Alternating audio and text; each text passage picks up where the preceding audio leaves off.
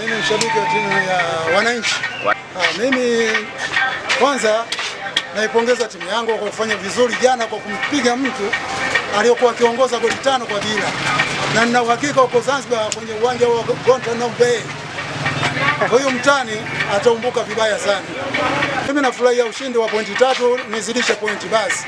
Mimi nazungumza wenyewe wana Yanga wachanika wala miogo wenyewe. Na hamna mtu anataka nipiga, najua. Wenyewe. Ndio hiyo hiyo. Hapa wanatumwagia maji ya kuku wa ugali. Na hawajafungwa, wakifungwa itakuwaje? Kile kwanza mimi kushinda. Kwanza sina sababu cha Yanga kunifunga msimu huu. Sina sababu. Tuko makundi. Yanga anamaliza na pointi 8, mimi namaliza na pointi 5. Yanga anamaliza magoli 6, mimi na magoli 5. Sana sababu gani ya kunifunga Yanga? Yanga huyo anaomba yeye binafsi, wengine ndio wamsaidie. Ila mimi sijacheza kwa watu wengine wanisaidie.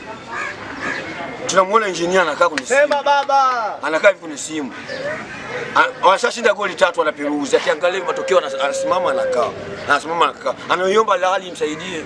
Mimi sina matokeo hayo. Kwa hiyo mimi sasa sababu mimi kufungwa na Yanga. Tunaangalia mpira wa leo wa JKT. Yanga na mpaka JKT Azalani. Tunaona. Sasa tunaongea kuhusu nini? Sasa mimi sababu gani mimi kufungwa na Yanga msimu huu? Kama viongozi wa Simba wanarudi kuwa pamoja na wanaitengeneza timu kuwa pamoja, waache ile makundi yao. Yanga ana uwezo wa kunifunga. Ila kama nimepasuka ndani ya klabu ya Simba itaendelea kuwepo.